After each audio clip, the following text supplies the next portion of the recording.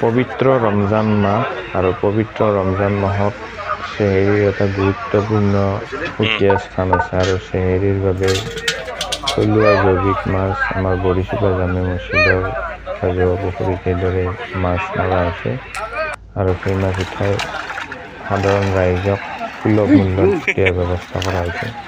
আৰু সেই মাছ কিনাৰ উদ্দেশ্যে মই যি পাৰত বহি মাছ মৰাৰ দৃশ্য উপভোগ কৰি আছোঁ। আলহামদুলিল্লাহ, মাছ মৰা দৃশ্য এইদৰে সামূহিকভাৱে মাছ মৰাৰ দৃশ্য উপভোগ কৰি সঁচাই বহুত ভাল লাগে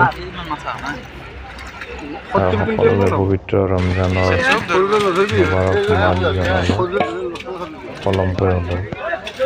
আৰু ইয়াত বিভিন্ন ধৰণৰ থলুৱা প্ৰজাতিৰ মাছ উঠিছে আৰু লগতে কণ কণ মাছো উঠিছে, পুঠি খলিহনা, চন্দা, বেচা, মোৱা মাছ ইত্যাদি এইবোৰ মাছ আৰু খুব সোৱাদ হয় এই মাছ শৰীৰৰ কাৰণে উপকাৰী। এইদৰে আমি বহি আছোঁ মাছৰ বজাৰৰ শেষত, আৰি মাছ এইদৰে ঘৰত লৈ যাম।